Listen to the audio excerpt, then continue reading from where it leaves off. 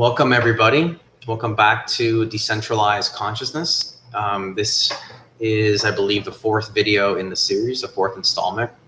Decentralized OS is kind of a mega series by SingularityNET.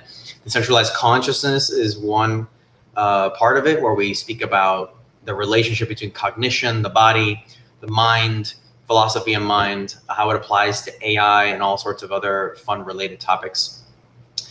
Make sure, if you're interested in other decentralized topics, to tune into the SingularityNET channel for news and information about that. So as usual, I like to do these talks live and take questions from participants and viewers. So please fire away your questions, and if I can get to them, that'll be fantastic. So today's topic is a discussion about alchemy. So it's a funny topic, funny name. There are several reasons why we're doing this, and alchemy is a metaphor. It's a metaphor for permutations of consciousness, permutations of substance, and you get into tricky territory when we're talking about this topic because it's partially mind and partially physical substance, or let's say partly substance based in material reality. So alchemy, if you look at it in terms of science, alchemy is pre-modern, and it's been kind of disproven, right? That this whole idea of turning lead into gold at a physical level. Of course, there's a number of reports on this being done in medieval times, in the Dark Ages. Having said that, we're looking at it more as a metaphor for, as I said, permutations of mind and consciousness and substance of the body. So you can think about it as like 50% kind of like linear read and 50% art. So like science and art, right? So we're not doing it in the literal sense of taking these and turning them into other substances like lead to gold, rather as a way of looking inward into the mind and being able to kind of be your own surgeon for your consciousness. So alchemy has most of its connotation with the Dark Ages and medieval times. That was a form of external alchemy that they tried to do, where they were changing the actual elements. The other aspect is the internal alchemy. So in a sense, what the alchemists in the medieval times were trying to do was to really use the substances as a reflection of interior processes. And they would codify the language of it in terms of the external substances. So they would talk about turning these lead into gold, etc., and silver, and that was all like a metaphor for their internal process. Yes, there were folks who tried to literally do it, of course, as happens with literal translation and taking things literally, and people, you read about something and then you extrapolate. So you read about alchemy and then you try to do it yourself without maybe realizing that they were trying to just do something internal. So there's the internal, there's the external. The medieval alchemy is Western alchemy, and there's also Eastern alchemy, famously, right? The Taoists and the way they did internal alchemy. Then there's alchemy in other traditions that are, just in general, global north and south, different ways of looking at that. We'll stick mostly with Eastern and Western, that dichotomy. And so in the Western, you have the Hermetics, right, the medieval times, and the Eastern, you have the Taoists, which were from China. So the definition of alchemy is essentially you're mixing two substances together to get something new. And that could mean on the external level and on the internal level, either way. Alchemy is normally the process of alchemical transformation and transmutation is referred to as the great work or the magnum opus. So what this means internally is the process of refining consciousness through awareness of your interior processes and refining them gradually by turning them from kind of gross volatile matter into more refined and rarefied substance of consciousness. Now, there could be some cognitive dissonance when we talk about this topic, partly because in our culture we have a lot of mind and matter dualism that's kind of inherent in the way we think about things. If you look at the mind and the brain, so subjective experience in the brain, there is a correlation between your inner experience and your behavioral physiological correlates in the brain. They're basically, your raw experience is like a virtual reality readout of what's going on in your brain and in your body. And so there is a sense of unity in the phenomenology, the first person experience, with the physical.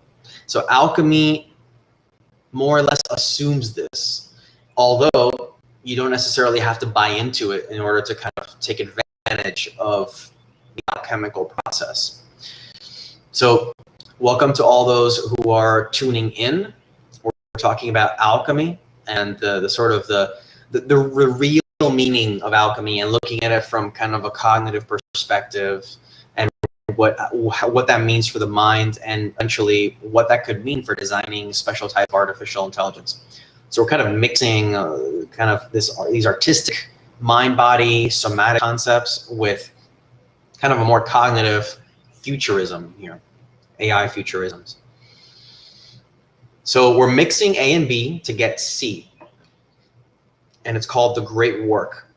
Okay, so one way to view this is playful experimentation. You don't exactly know where you're going, although you can have an idea, right? You use guideposts based upon your own milestones, and then you kind of playfully evolve into new territory, mentally, emotionally, cognitively, spiritually. So you're in a sense playfully experimenting like a child or a toddler would be in a sandbox or a playpen. And in a sense, we talk about this in terms of creating an AGI preschool. There's almost an acknowledgement of the non-logical transformations of consciousness that happen.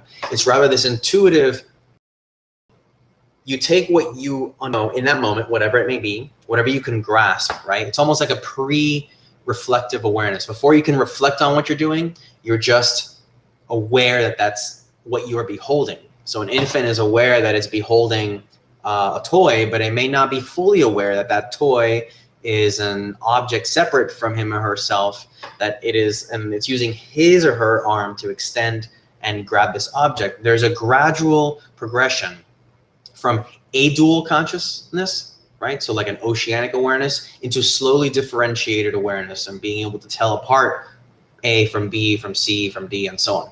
So alchemy is kind of like that pre-reflective zone where you are taking what you can behold through your just internal grasp. You just know. You don't have to think about it too much. You just know that's what you're feeling. You take that and you mix it with something else that you can grasp pre-reflectively, that you can grasp without being super aware. And you just kind of like play, and you mix the two together, and you discover for yourself the experience of what that is. Normally, we do this in the environment as builders, right? We take objects in front of us and we do this. But at the same time that we're building something externally, we are also building something internal. We're building an internal awareness of the parts of ourselves that almost reflect the external. And in the first talk in this series, we talk about the theory of how this came to be. How is it that we came to build things outside of us in tandem with our own self-understanding? So there's a link between the external material and the internal sort of inner world, the internal sort of water of the psyche, right? The psychical ocean. It's hard to grasp everything, but you sort of just know what you're feeling. So in alchemy, with a little bit of reflective awareness, you can take this process and do it deliberately, right? And we call it alchemy rather than chemistry, just to give it the connotation of this is an art. This is not something we're doing where we're fully aware of the molecular makeup of what we're transmuting, because we're looking with our inner awareness, and we have a certain kind of tethering from our inner with our subjective awareness with the kind of objective stuff that's happening in the body. And when I say that, yes, I am assuming there is a link. And I believe that that link is scientifically justified, even if it's not fully a realization that's fully integrated in the psyche of modern human societies and civilizations and kind of intellectual philosophy. So given that assumption, which is well justified, continuing based on that. So welcome everybody who's just jumping on. Do you think intuition is a part of this? Well, yes. Intuition is something that involves a different way of knowing. And it doesn't have to be this far out, new age thing. It's simply just a kind of a gut feeling, a knowing in the body that's pre-reflective. It's kind of before you start using your cognitive centers in the brain and starting to think about it and, take different perspectives. You just kind of have a feeling, and that's what you go with, So you're doing playful experimentation. And once you have that reflective awareness as an adult, you can then do it as work. And that's why we call it the great work. Why is it great? Because as we develop, we achieve more and more, as we develop, neurocognitively, developmentally, psychologically, even into more sublime areas of human experience, which is the spiritual, the creative, the artistic, we start to get into realms that are kind of reveal extra dimensions of experience. And it's called the great work because it is a process where you take everything that you are, that you know that you are at a subjective level, and you bring it into this process of mixing together and refining the substances. This refining process is to make the gross into subtle and to sublimate, or to make more and more, sublime. Imagine like a heating process, quite figuratively and literally. You're taking the gross matter, the kind of stuff that's stuck and heavy in you, like heavy emotions, crystallized thoughts that, you just find yourself repeating them, and you ascribe selfhood and personality around those self-characteristics. You take those gross things and you start to sublimate them and essentially find, and this is the key, is you find the sort of most invariant part of those experiences. You find the core, meaning where are those experiences emerging from? And you go into kind of the roots of experience. This has to be contemplated with your natural birthright supercomputer, the brain, right? And the mind that you have that's, propped up by the brain in our human embodied experience. This needs to be done through permutations of consciousness. If you think about it, if you view your experience as an incredibly data-rich environment, whether we're talking about experience being a simulation, imagine how much effort and computational power goes into making such a simulation or such a reality, okay? And it's almost like there's infinitely dense data points from the moment your organs of perception perceive at the nearest point to the very farthest point, and then you have your imagination, which we call the imagination. In a sense, it's another sense. It's like a 6th or 7th sense. It is what you imagine, what you see in your dreams, what you see in your meditations, what you see in your inner experience when you go to sleep, when you're relaxing, when you are in entranced states or in a flotation tank, or you're just kind of at the beach. That's your default mode network. You're kind of circulating in your mind, right? And the brain centers in charge of the default mode network, which is your sort of like self-sense at an unconscious level. It's like who you are, what you're made of as an ego personality. So in a sense, we're allowing ourselves to discover who we are at a base level, and then choosing to make permutations and go to the very core, the most refined aspects of what that is, and discover it for ourselves. Okay, you can reach dimensions of experience because what you perceive when you go deeper into your subtle consciousness through meditation, through relaxation, in your you can do your dream yoga practice, your lucid dreaming, etc., or just being in touch with your body. You'll get images, you'll get sensations, depending on if you're a visual person and so on and so forth. different modes for different folks.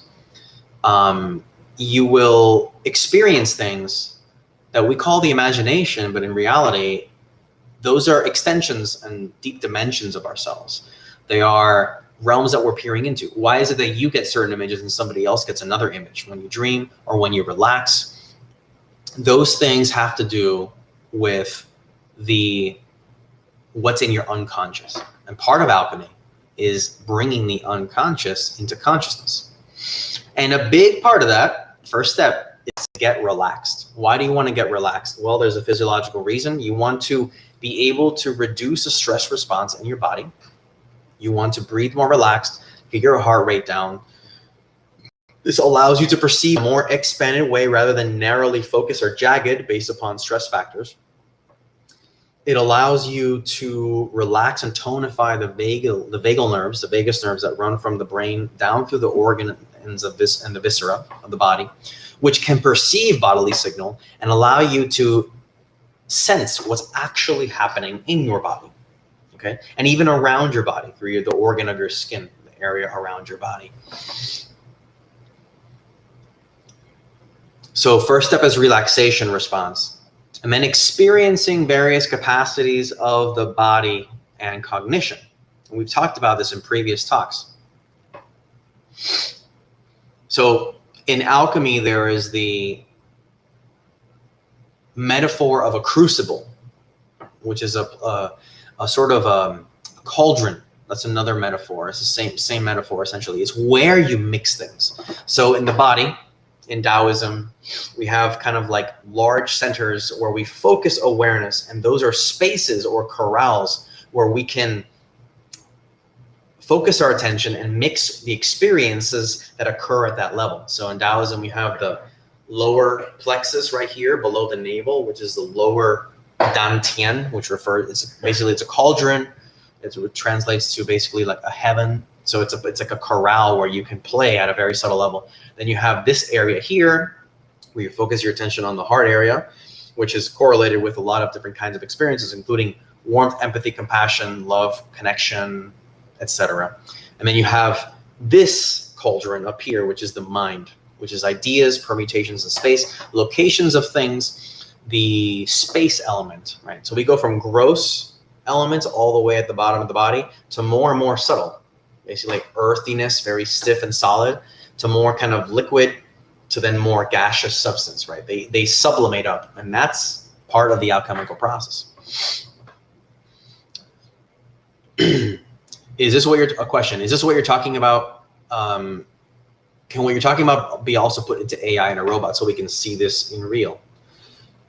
Well, if we're talking about external alchemy, sure, robots can be trained to work with external matter. That said, we're talking about internal alchemy here because we're talking about consciousness at a very subtle level. So can robots access their consciousness in the subtle way like humans can?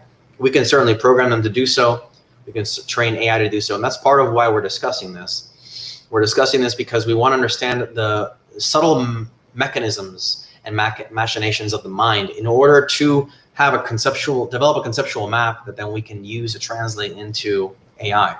So kind of listening to this talk, you can sort of use your left brain, kind of follow the logic, and you can also use a bit of more relaxed right brain kind of awareness and kind of, sense into these things that we have and ask, well, it's interesting that humans are capable of this. How can we get it into AI? Can we have an AI that is or an AGI really, that is fully intelligent at a general level or at a full level, comprehensive level, if it doesn't incorporate these subtler aspects of human experience? So alchemy is also a process of going deeper into your system and being able to notice that you can take different elements of your consciousness and mix them together.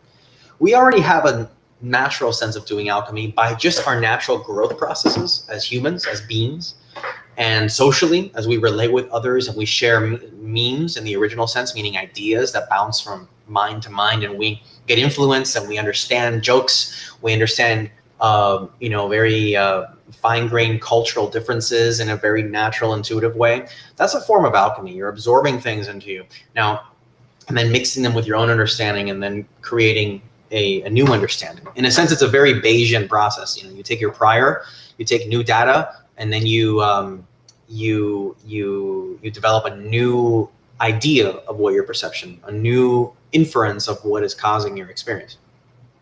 Hello, everybody. Welcome to the Decentralized Consciousness series. So before we take further questions, keep typing them in, feel free. I'm just gonna go a little bit further and I'll come back to the questions. So alchemy is a process of refining awareness. Now, this involves, you can use some of the terminology they use in medieval times, such as distillation, calcination, coagulation, fixation, incineration, all these kinds of things that had very much to do with the external things they were doing at the time, you know, given their technology at the time. You can sort of summarize everything, just to keep things simple, into distillation. You distill the most critical aspect of your consciousness. So if we take our experience right now, and everyone can do this right now, just notice what you're aware of in your environment, the video in front of you, things around you, your body, you know, the sound waves going into your ears. So notice that, and notice the grossness of it. It's very physical. It's very palpable. You can touch your arm, and it's a very dense feeling, right? Notice your own weight against the chair. If you're standing, notice the weight down through your feet into the ground. Those are gross perceptions. And now notice who is aware of all of those things. Okay. And now notice the space in which it's all occurring. Notice the mind is a very spacious thing that is aware of the physical. So the physical is like the earth element, right? If you use density maps, it's solid. And then the awareness aspect is essentially more like space or ether or gaseousness. It's kind of a more sublimated form of matter. So you could almost say that consciousness itself is like the most subtle matter. It's literally just the mirror at the center of your consciousness that is allowing everything to reflect on it. So the fact that you are even able to reflect things, the fact that you are able to know and sense at the most basic level, the most root, the deepest root of that, the deepest root of everything you perceive, all the way down to the person who's observing, and go further and further and further until there is no observer anymore. And you can feel everything at once, right? But you can meditate to kind of focus on just going deeper. The alchemical process is, number one, getting relaxed enough to do this, and then distilling that awareness back to the root, and then mixing that root, that base awareness, with your perception of everything that is around you, so that you fully understand and grasp and apprehend reality as fundamentally non-dual. Meaning there is no fundamental duality between the physical matter that is in front of you and around you, and the sounds you hear, the light rays hitting your eyes.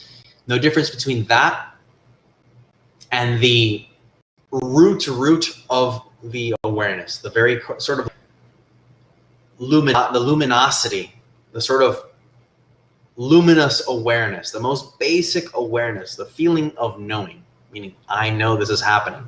Where is that I know this is happening coming from? It's not a thought. You can think it to guide you, but you know that you know even without thinking the thought, I know. There is a knowing that comes before the thought. And it is a singularity of experience. That is a singularity of experience right there. When you realize that experientially, not conceptually, you can use your concepts to get there, but you have to let it go to enable just the knowing. It's a knowing. And then the alchemical process takes that kind of awareness and mixes it with the grosser forms of awareness so that they become entangled together and sort of an inseparable, coagulated part of experience. Okay? So that's a main point there. So you're distilling and you're achieving more rarefied forms of matter. Okay? That's kind of like the ultimate substantive alchemy. Before that, you can take gross things and mix them too. For example, if you know how to experience density in your body, like the heaviness against your chair, and you can drop your voice like this so that you're breathing more from your diaphragm and you feel more solid, and you can sort of feel the lower parts of your body, because when you drop your voice like this, the area in your pelvic floor starts vibrating more. If I talk more like this, that's already in my solar plexus, kind of like my core. I'm like, more fiery, directing energy and attention and kind of cognitive thinking out. Now, if I take that solid, deeper form and I mix it with a bit more of a flowiness and kind of I start to get less dense and a bit more creative at a physical level, and I create motion, that's mixing earth with water, right? So a watery voice, an example of a watery voice would be what you hear in kind of New Age meditations, right? Which is like, and now take a deep breath and let the visualization guide you. It's very kind of calm water, right? It's the essence of water. It's these words are strung together in this melodious way. So if you combine the gross with the subtler, the next subtle up would be water, then you get, at a physical level, you get kind of a dense, imagine like a sumo wrestler squatting, but then turning it into kind of a shamanic water dance. So you can take these things at a cognitive level, at an emotional level, you can take them at a physical level, and mix different elements together to result in different kinds of experience. That's important. This is not just mere acting. We're not just acting here and doing a play. We are literally experiencing these things while we method act them out. At an emotional level, there is, you can take the earth as well, like the density, the solidity of experience, and that would correlate to confidence. You are confident in yourself, in your ability. You're also confident that you are not in control of everything, and you're confident that sort of there are greater things happening of which you are a part. There's different sort of scales, like nested Russian dolls of confidence, right? That's the earth, the emotional correlate of earth. And then if you go up one more, the water element, that's a bit more like a relaxation and creativity. So you can mix the confidence with the relaxed creativity as well. You can feel both at the same time. Notice we're relating to different parts of the body, because the different nerve plexuses of the body axis, the neural axis, where the vagus nerves run, it's like a different length of the nerve. That distance itself carries different properties. And then what happens in the sort of area around it, kind of like a building where you go up the elevator or down the elevator and you go out and get off on the floor, there's different things at each floor. And those nerve plexuses have different properties. They have different organs. They have different sort of metabolic components and neuroendocrine components. And so each nerve plexus and the area around it has a unique property that has rough emotional, rough mental, unconscious correlates. There's a reason we talk about gut feeling. Gut feeling refers to kind of something that comes from deep within us, right, in that region, and it's hard to kind of shake off. You can pretend you don't hear it. You can pretend you're not thinking about it. You're not aware of it, but it's there. So you can perform alchemy with all these different components. Why is alchemy important? We could have talked about this in the beginning as well. Why are we interested in this subject? Well, it's important first and foremost because becoming aware of what you're made of at a level of consciousness allows you to play with the different aspects of your consciousness and allows you to be kind of a creative builder with your own mind. And why would we be interested in that? Well, human beings are growing, we're developing, we're learning, we're self-educating, there are parts of us that are not congruent with the most up-to-date parts of us. There are parts of our unconscious that are still stuck in childhood, still stuck in different phases of our lives, still stuck at infancy, virtually. There are parts of our unconscious we gather from our parents, from those around us, from our social milieu. And it's important to be aware of all those and bring them into the fold in order to learn most optimally. For what? For the evolution of human consciousness on Earth, and thereby our ability to collaborate productively, constructively, mitigating against the damages of unaware parts of the human psyche. Unaware parts and unconscious parts of the human psyche that are not held cognizantly are going to be like wrecking balls. Whenever the most online and up-to-date part of us is maturing and growing, the parts underneath us will come like pendular wrecking balls and just knock the highest part, the most developed part of us out of sync. Meaning you will sabotage yourself. And we all know how self-sabotage feels. We're human beings, right? So we have all these complex things. What we want to do, these complex elements of our mind, we want to take them and transmute them towards more refined aspects of consciousness, the core of our being, the raw knowingness, fixate them, coagulate those two things together, the gross and the subtle, so that everything can be connected in this kind of super highway of development and no part of us is sort of left behind. If we want to grow, if we want to learn to collaborate as a one meta culture on the planet, it is imperative that to various extents, we self-educate all the parts of us. And the way this happens is through sort of the art of alchemy. And alchemy is just one way of talking about it. It's a metaphor for educating the different parts of your system, of your consciousness, and bringing them on board with the most up-to-date parts of you, and continuing to go into the horizon of development and you know, the farther reaches of human capability.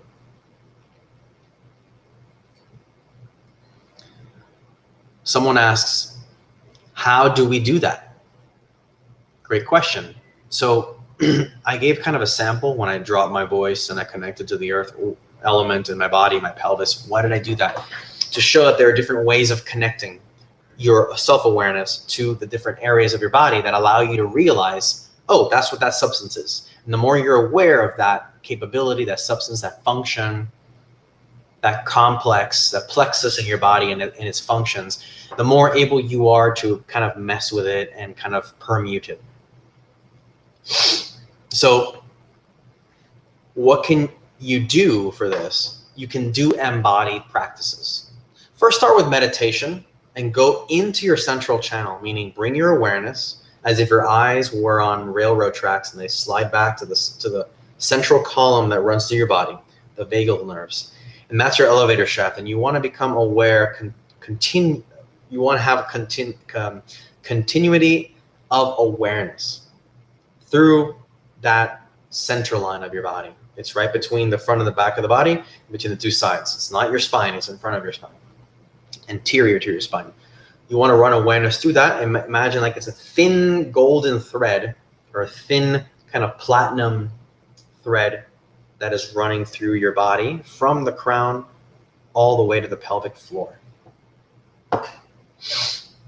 And even beyond, right? Because you want to connect with the areas around you. You know, the world doesn't stop and end here. It goes beyond that into the cosmos, below that into the earth.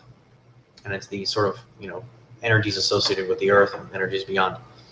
So you first want to bring awareness inward and relax. Relax so you can do it, and relax so you can go further inward. Go further inward so you can relax.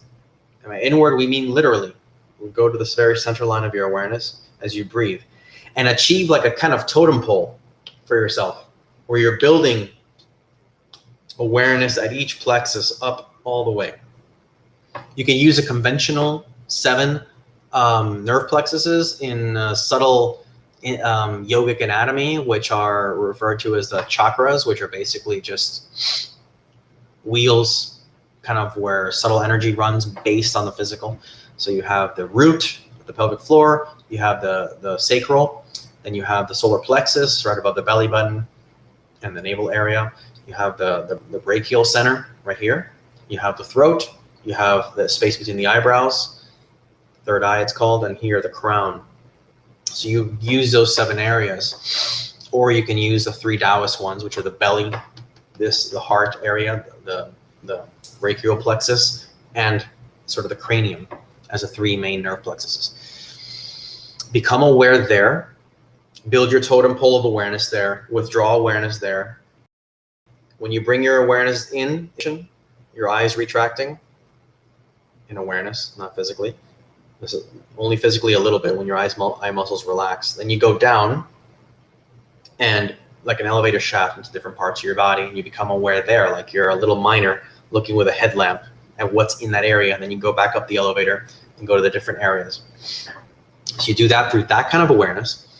And then you incorporate movement and breath to kind of create cocktails in your of hormones in your bloodstream that are carried by breath and blood flow as you summon the emotions correlated with each one of those nerve plexuses, including confidence and relaxation, like we mentioned, and you circulate that energy around you while you are aware.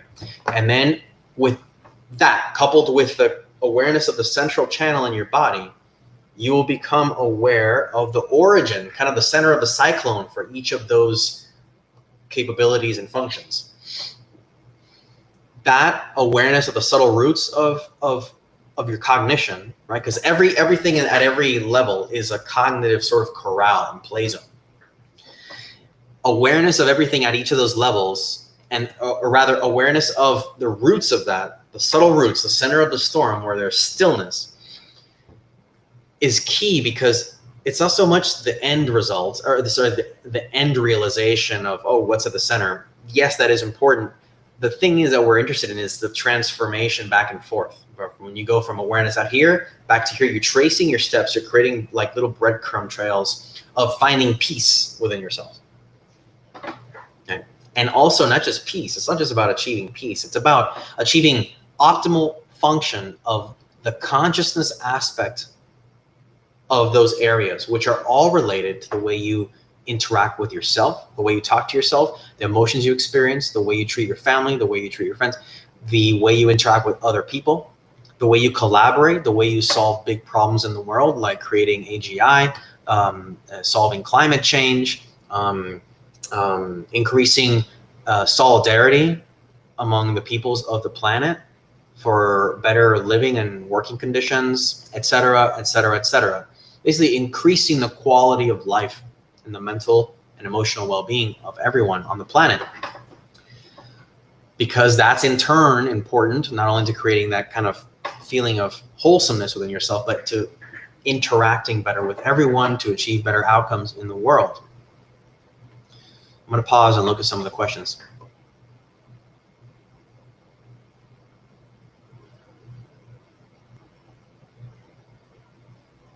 I'm super excited about the singularity, and as much as I want to be around for it, I don't think this type of discussion is going to manifest it.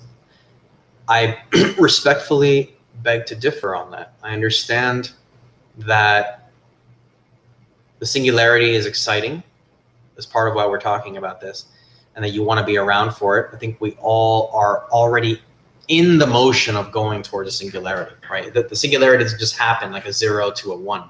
It goes it goes along a curve, okay? Kind of like the curve of space-time. Singularity is like the black hole.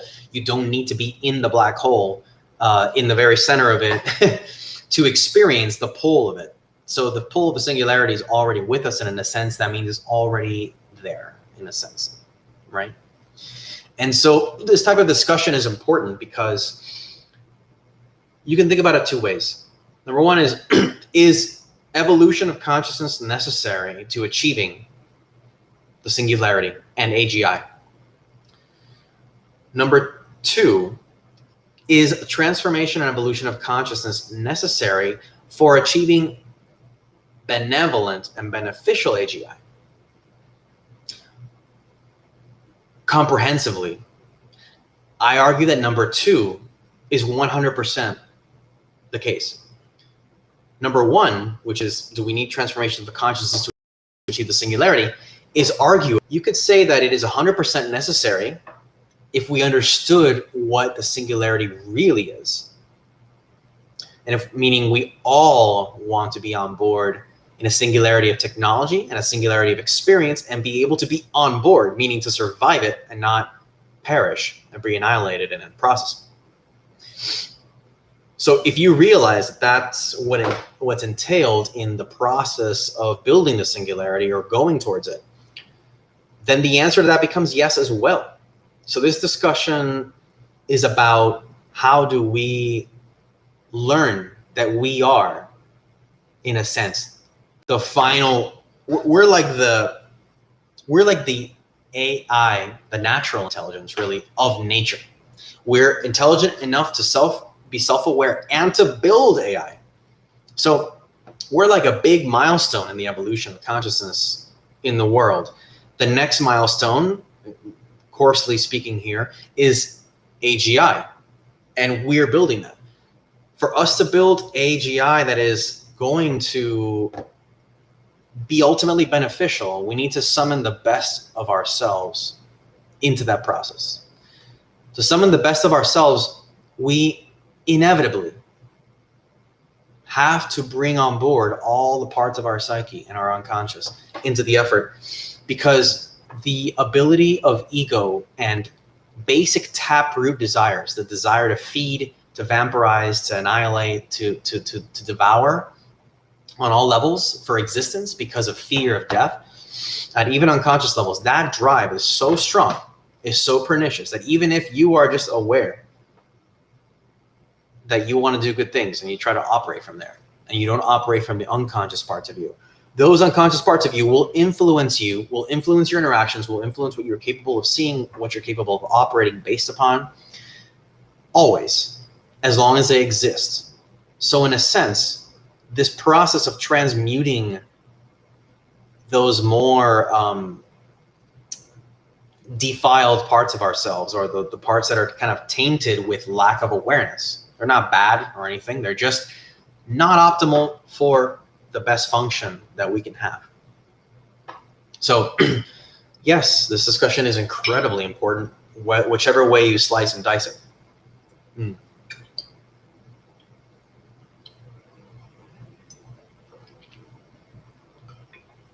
I see there's some nicely done questions and some questions that are kind of way out of left field and out of pocket. So somebody has asked about SingularityNET and Neuralink.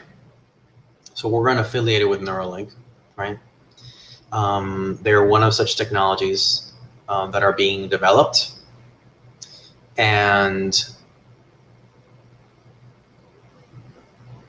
brain-computer interfaces are a part of the singularity landscape.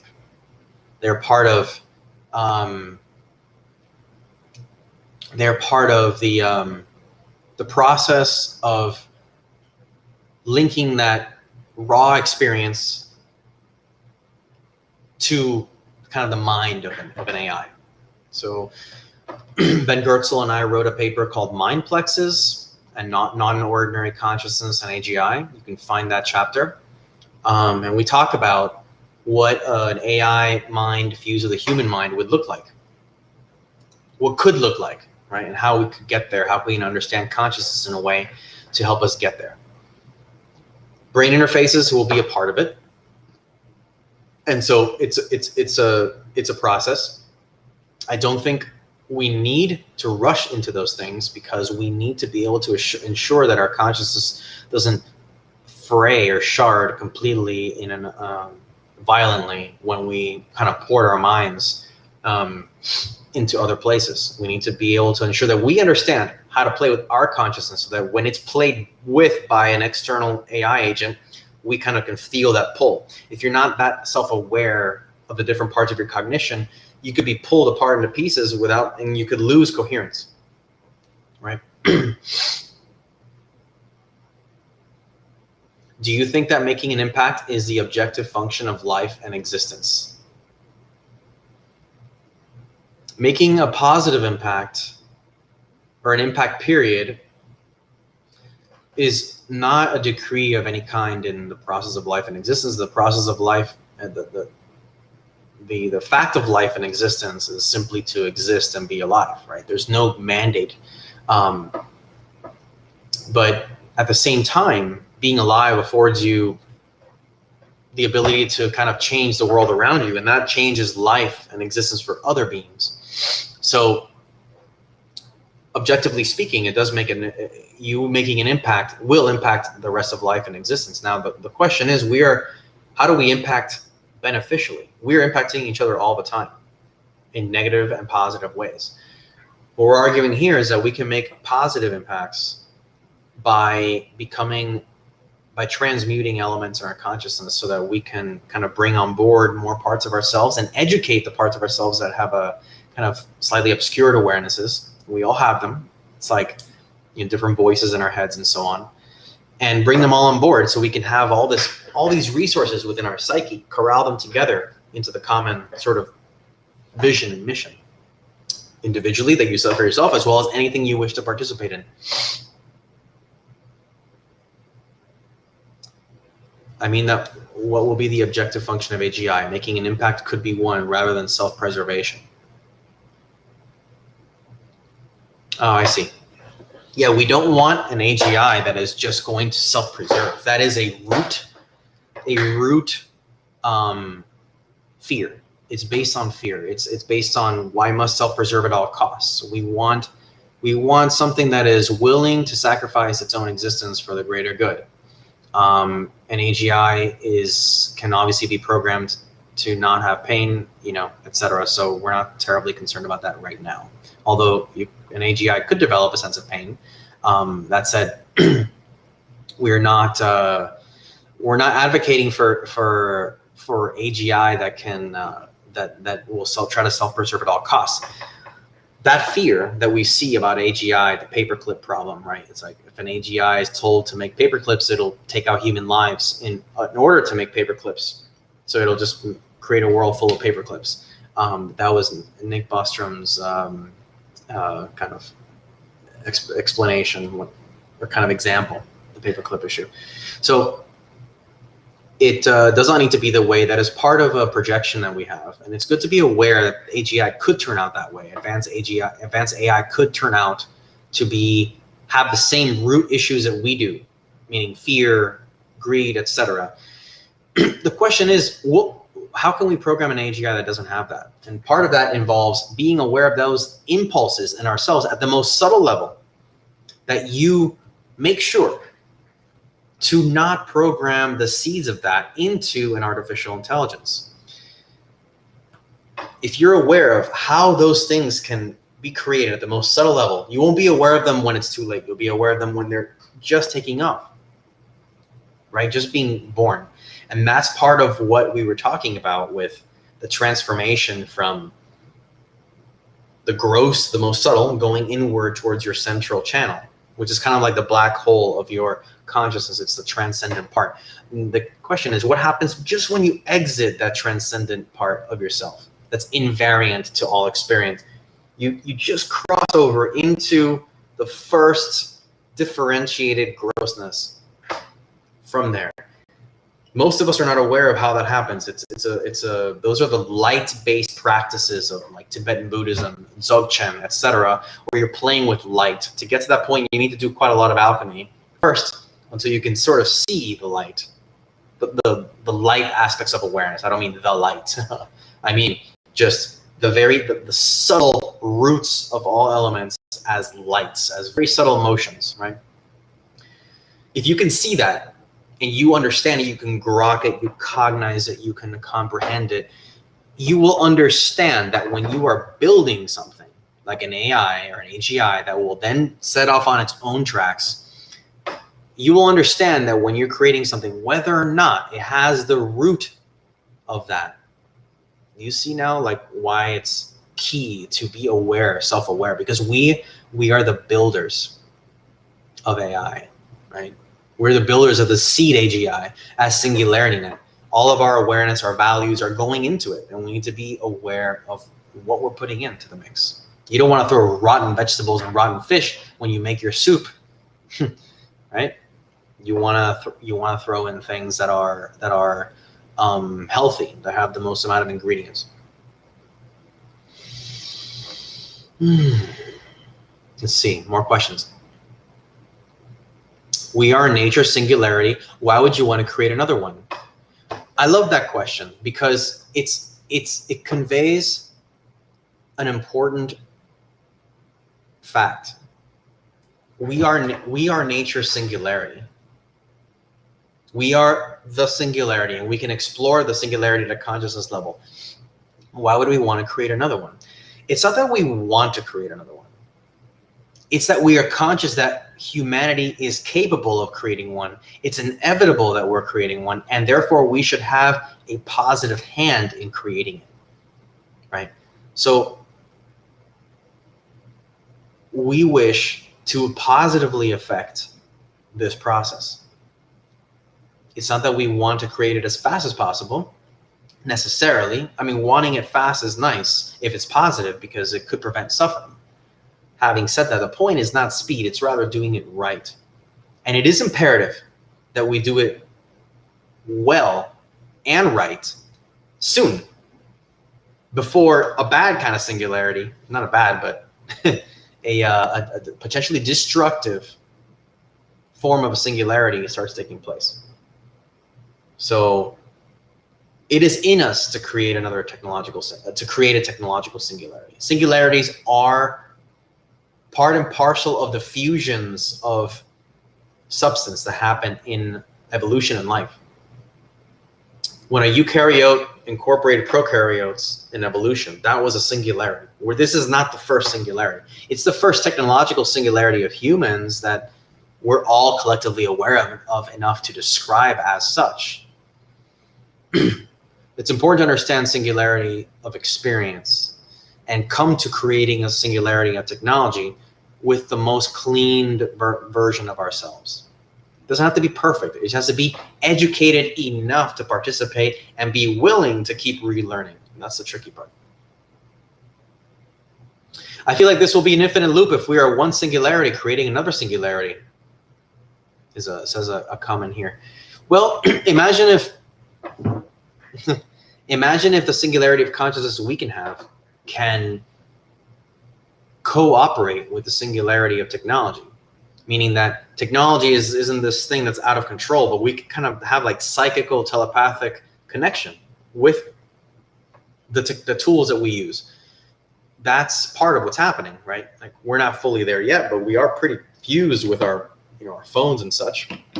We're already kind of cyborgs. So in a sense, we're just simply taking what's happening and making the best of it. Making the best of it, and SingularityNET is trying to steer this in a beneficial direction. Make this happen. Yes, we are.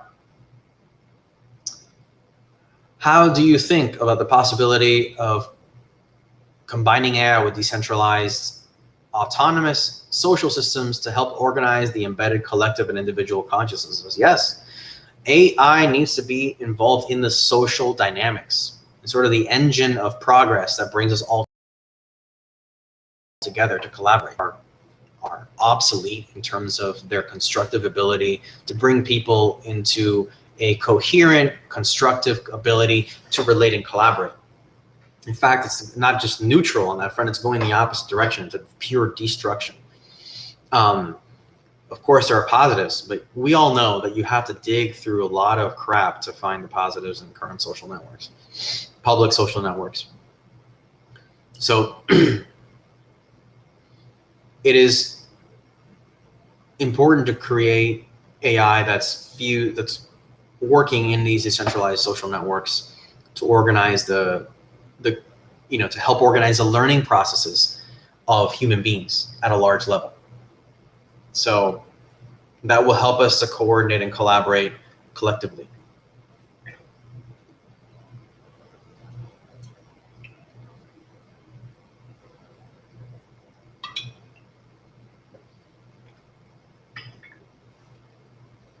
Feel free to type in more questions. I don't see every single question. I just see, there's questions I see, questions I don't see. So if I don't get to your question, don't take it personally.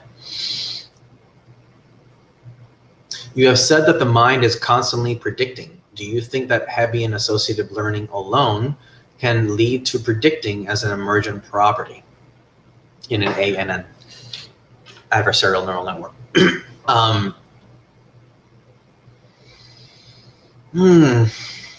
It's a great question. I love the technical aspect of the question. I don't think Hebbian associative learning alone can lead to that predicting, because you can have kind of loops of association. You can have an association that creates loops that kind of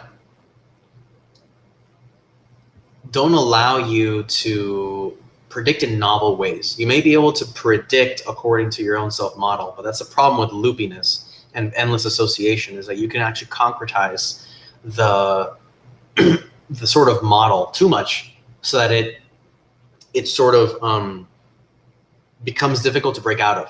And that's kind of the problem we have, is we get into these predictive loops, and we already come to the table with that. And part of what we need to do is actually work to mitigate against that, and to kind of evolve, find ways of breaking this loop open. And part of that is with intention. You have to intend to kind of go into something new. And if a neural network or an AI doesn't have the ability to kind of intend to break out of itself, it'll be kind of tough to really.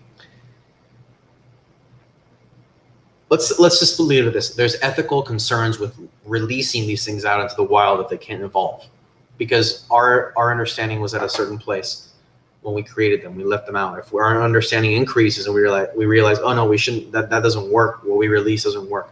So what are we going to do? We have to release the ones that will then kill those or whatever. I'm speaking in, now I'm taking your question, taking it somewhere else. So I apologize. That said, just kind of extrapolating here, thinking of just to illustrate the issues with having locked in loops of association. Hope that helps. How will the singularity play into nature as it exists today? Will we leave natural aspects of our being behind? Need not be so. Nature, like nature around us, is a repository of complex. We want to understand the nature of complex systems in order to build better AI. There's no better place than the natural perfection of the elements of nature and their natural harmony without human interference. So when we destroy things like the Amazon rainforest, we are destroying repositories of complex relationships that can be studied on a technical level, scientific level, to build better AI and build better ways of understanding how to organize as humans, but also better ways of understanding consciousness, better ways of more optimal, more refined ways of our minds working. If you go into a forest for a long time, you will experience a shift in your consciousness, and that's part of what nature does to us. And we evolved a lot of our human evolution under those conditions before we lived in concrete jungles. So you could argue that in a sense, we're already one step removed, or quite a few steps removed from more optimal connection with our environment. So AI and AGI and a singularity does not need to do away with nature. On the contrary, it doesn't need to be that way. We do need to take care of our home base, so we cannot just jump ship completely into some imagined artificial synthetic world. We need to evolve together, all of us, and that includes evolving with folks who are not super technological, involved with environments that don't need AGI to keep surviving. We want AGI to benefit wide swaths of humanity and the planet, not just the people that are actively interested in AGI.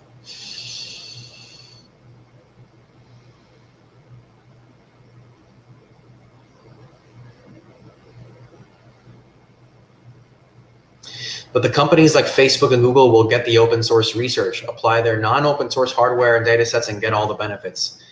That is part of the concern that we are, with SingularityNET, working to militate against, is being aware of how these toxic ecosystems function out there and seeking better ways, more beneficial, more optimal ways to collaborate together. That's why it's important to build the SingularityNET ecosystem.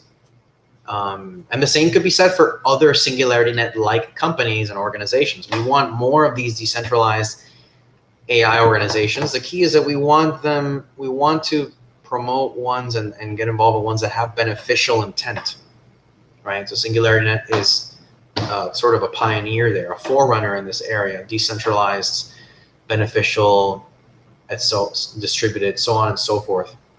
So we need to build critical mass here. We need to get, build the network. It's very important to be able to mitigate against these. And even without that, building your own consciousness, developing your own refinement of awareness through alchemy or whatever other metaphor works for you is important. Now, for the future of AI, it's been talked about in AGI, and Ben Goertzel has talked about this in his books, about building an AGI preschool, right? You have like baby robots or baby AIs that learn themselves, will learn. And in a sense, they're sort of performing a kind of alchemy, you could say.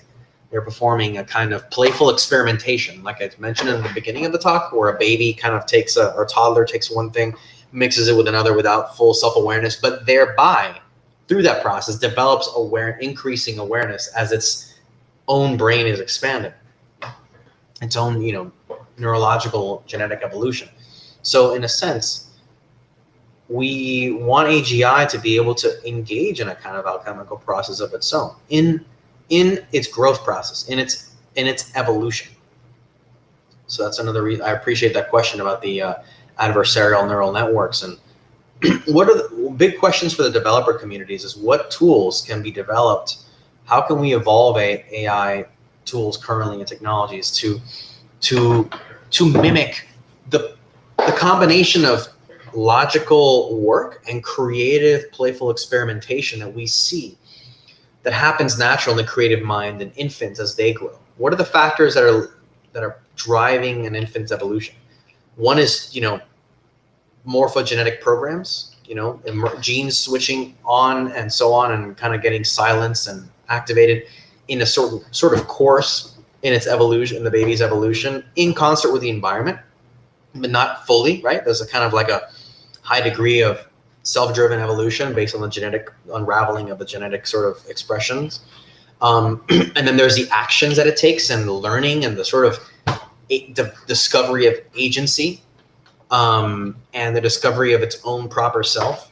So, what kind of AI tools can be developed here? So we already have things like machine learning and those various neural networks, deep neural nets and so on. We also have genetic learning, genetic algorithms. We have probabilistic logic networks, and so on and so forth, all of which are incorporated by SingularityNET in various forms, in various degrees and capacities. So for the developers out there, question goes to you. Can you start thinking about what are the most sublime aspects of human experience and the creative? Go back to like when look at humans, look at nature around you, the kind of playful processes of mixing things and learning, the kind of alchemy of existence, and go into that and kind of inquire. Go into nature, observe, silence your mind, explore yourself, hold awareness of yourself while you do other things in the day and work and so on and so forth.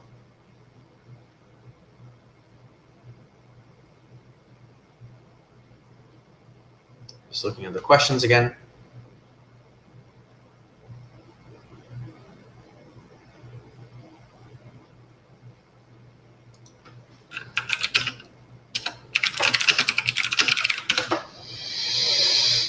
Let's see.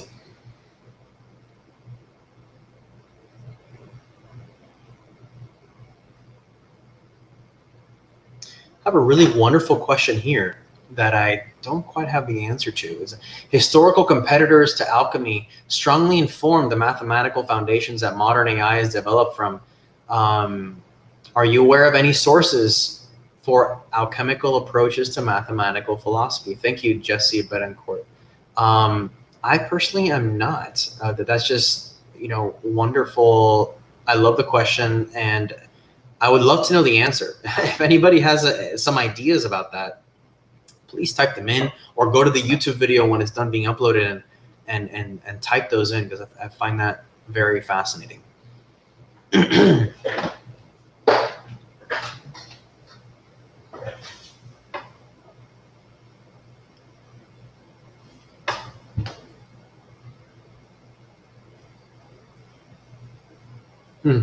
Yay, these discussions are on way too early for the southern parts of the world. Yeah, understood. The chemistry of the middle of the night is not the same as the chemistry that happens when it's around noon over here, or even the early evening.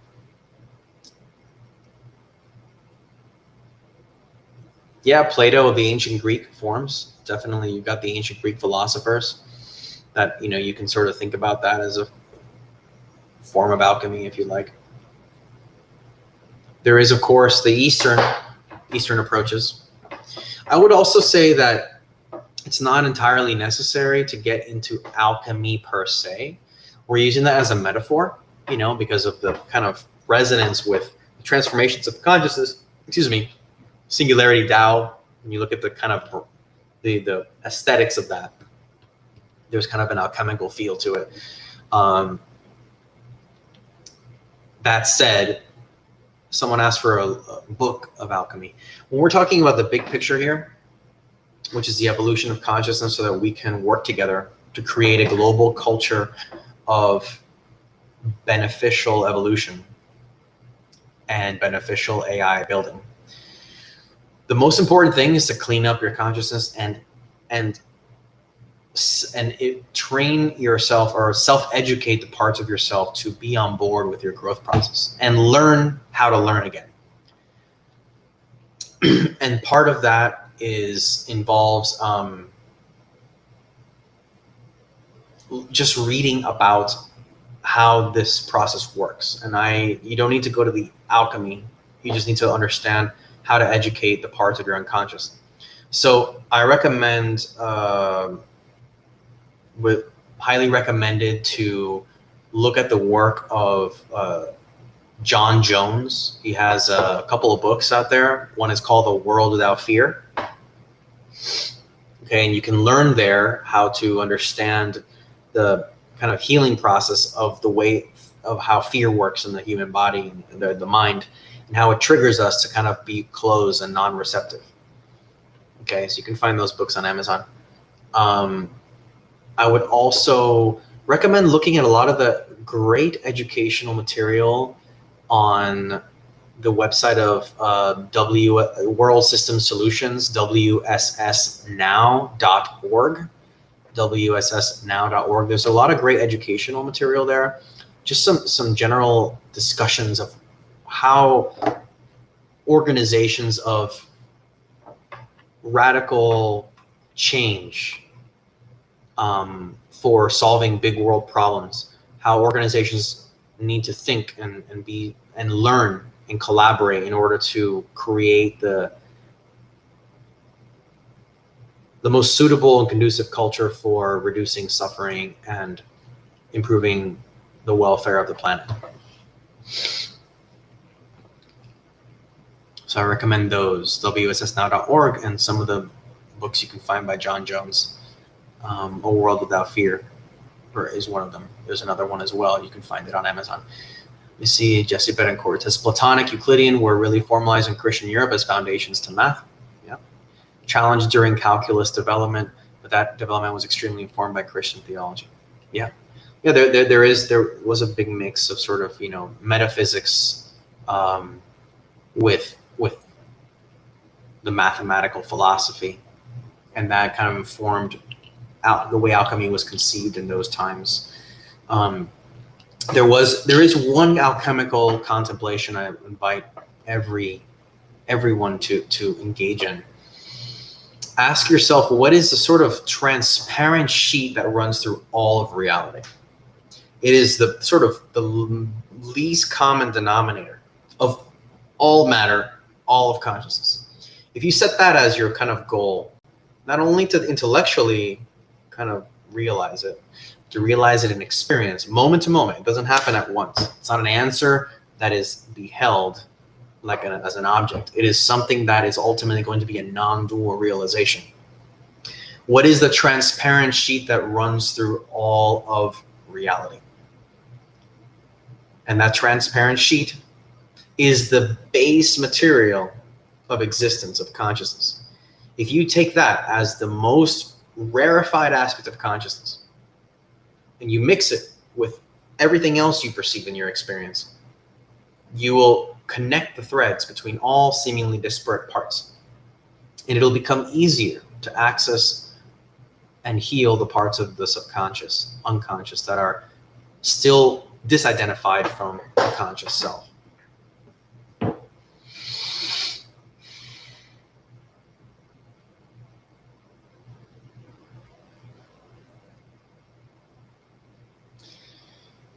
Ali, a point here. Ali Rahimi gave a talk to ML developers at NeurIPS where he criticized our field as alchemy instead of previous formal rigor.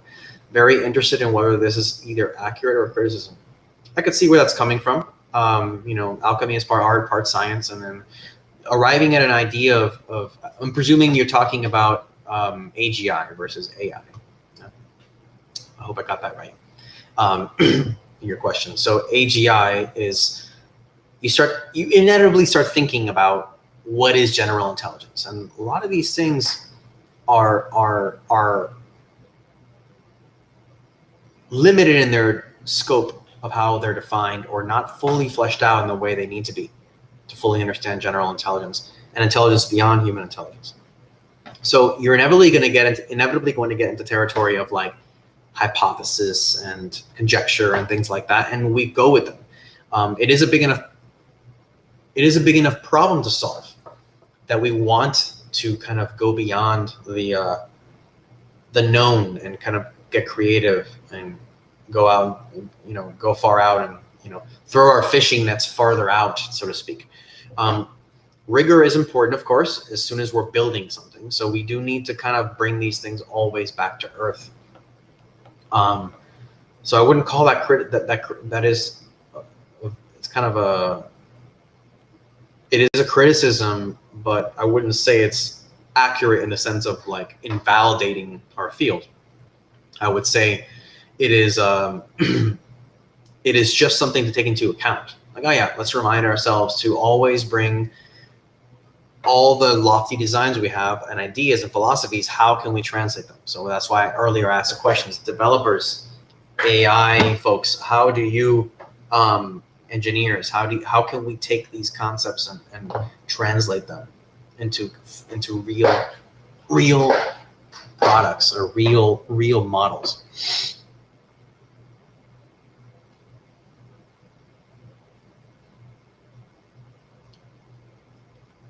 Looking at the questions here.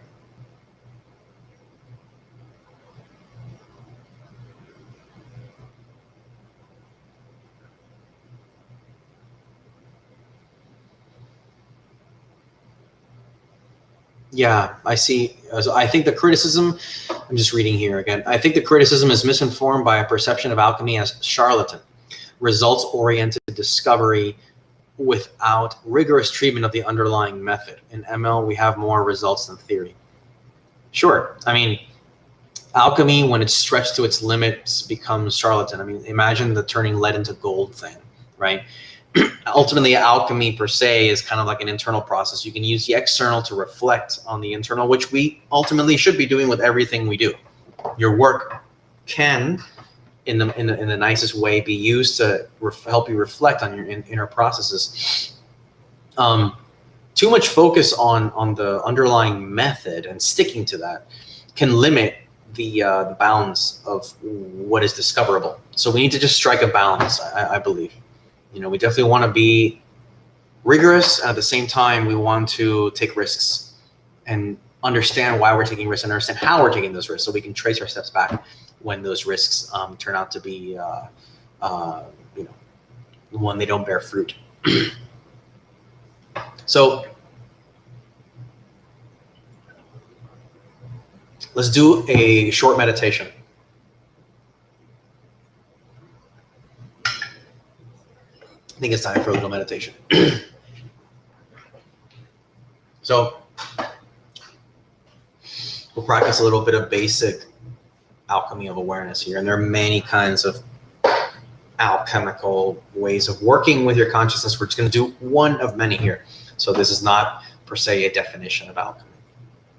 So I invite everyone to sit comfortably straight, not overly straight where it's not relaxed. Just try to find the balance between sitting up straight and relaxing. So I invite you to close your eyes for a moment.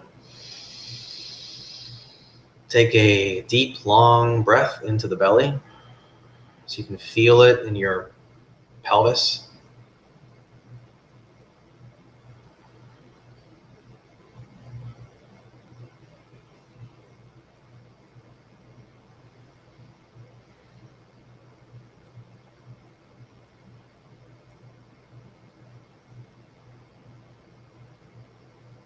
Relax your facial muscles, the muscles of your body.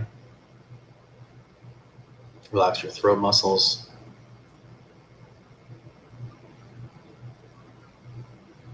Allow your eyes to relax, the ocular muscles, and feel as if your eyes are retracting towards the center of your brain. So place your awareness, withdraw your awareness into the center of your brain as if you're looking out from there, as if your eyes are there. Take a look around. Behind you, to the sides, in front, up and down.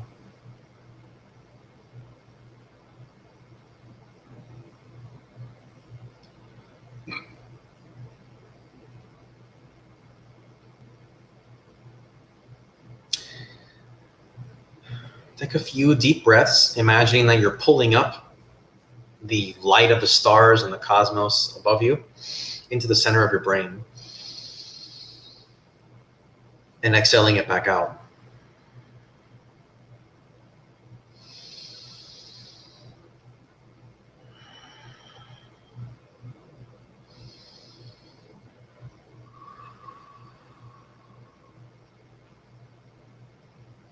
Now drop your awareness from the center of your brain to your throat area, to your neck, center of your throat.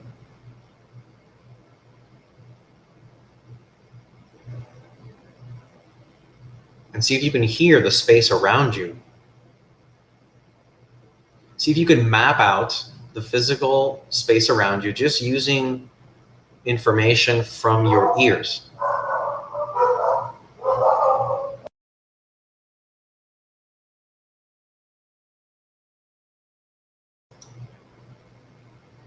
As if you were groping in the dark, finding your way when the lights are off or they're broken. It's pitch black. You just use what you can hear. You get very sensitive to feel the space around you.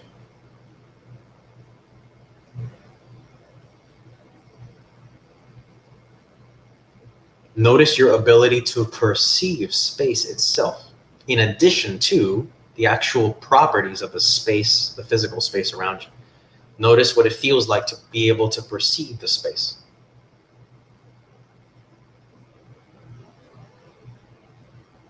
It's a bit more of an open awareness.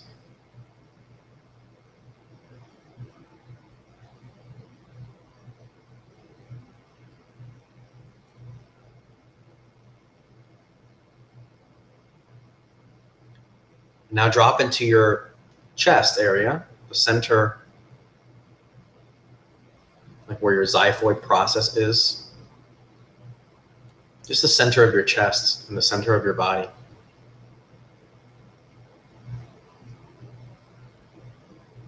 And connect to the emotion of connection, human connection, the fact that we are all together on the planet, evolving together,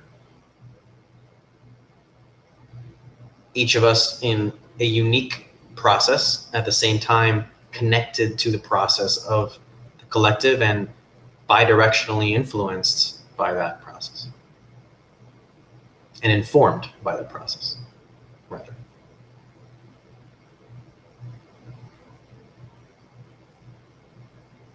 Allow yourself to feel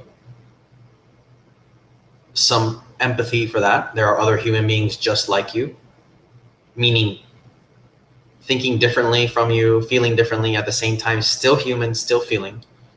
And you can honor that, recognize it, and sort of be compassionate towards their own learning process as you are with your own, and as you would like others to be with your own.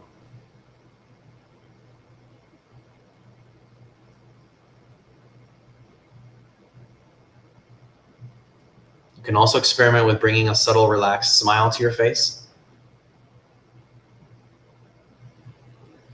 as if you are kind of really enacting that empathy and that compassion from the heart space.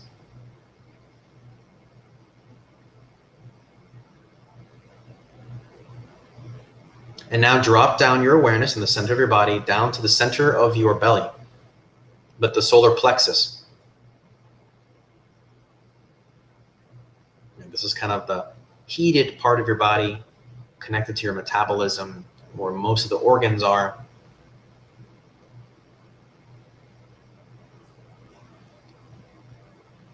And feel the sense of willpower,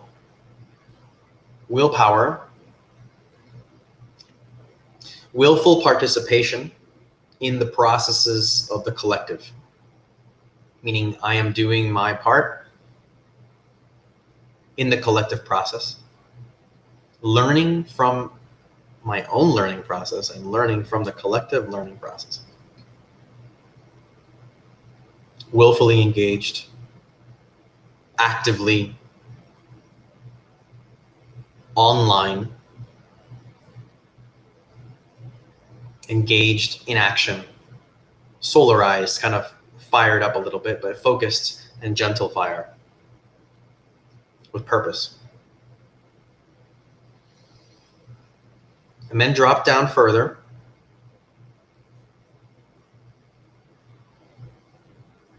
into the sacral area and into the pelvic area, and connect to your situatedness, your sense of relaxed confidence, relaxed knowingness that you can move and be creative and get done what you need to get done. The sense of stillness amidst the chaos. Meaning the vicissitudes and the permutations of the perceptions you have can all be kind of weighted down into one point and grounded and stabilized. You are calm in the eye of the storm. And then go further beyond that, as if you could feel into the center of the earth.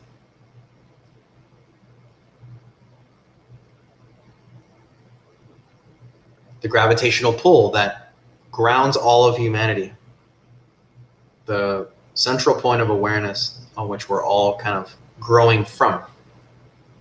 And how the growing process itself can trick us into kind of feeding and destroying the space around us that we're not aware of, even parts of ourselves and others. Not necessarily violently, just kind of sabotaging our own development, just by trying to grow and trying to out-evolve, out-compete, feeling like there's a lack of resources. Illusory.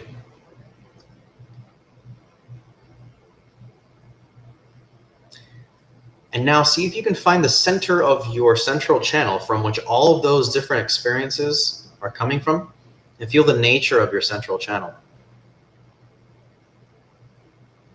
It's the sort of origination space, the transcendent.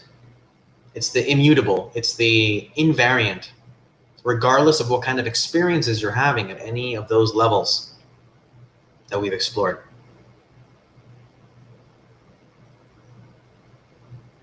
Imagine like this central channel is like a little thin tube pipe that's drawing down from the cosmos and the infinite sort of light of the stars and the spaciousness of the universe down into your system. And that space itself is infinite in capacity to understand and function.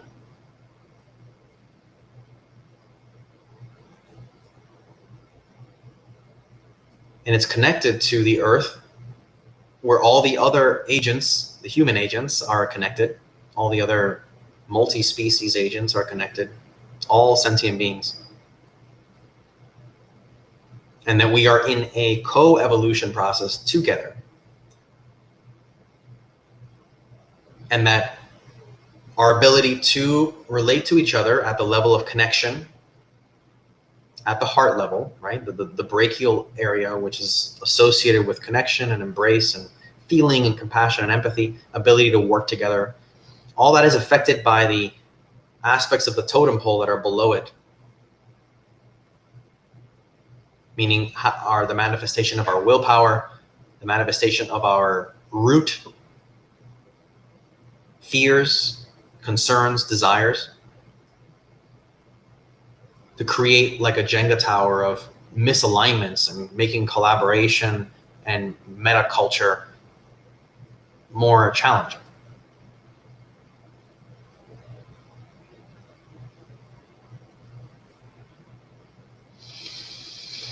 Take a few deep breaths.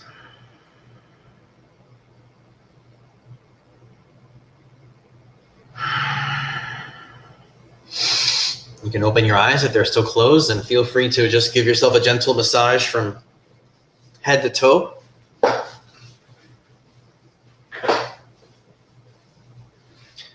Self-massage is good to just kind of bring awareness back in the body and to help integrate the kind of feelings you're coming from. If you remain aware of where your meditation took you while you self-massage, you can kind of start to merge the awareness of the subtle with the gross, with the, with the heavier physical.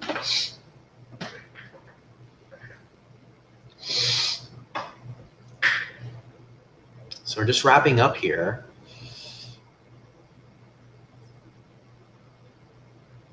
And I hope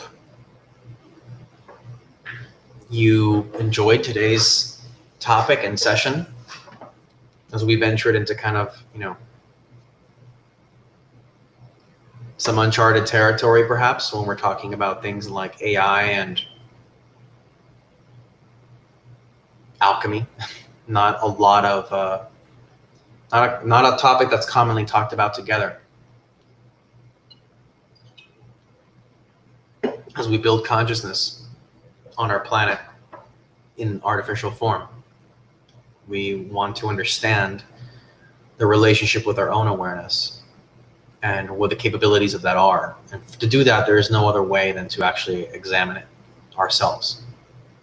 Go in and perform the mixing of different things.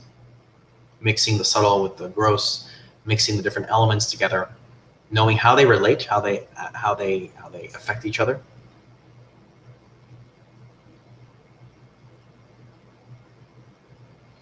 So in future talks, we'll kind of explore some other related areas like this. And we'll also, something I look forward to is walking through the kinds of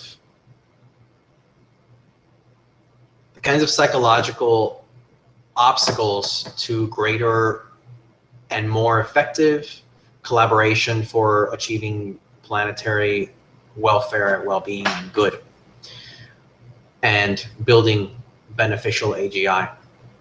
Because as a community, it's important for us to understand how our own consciousness plays a role.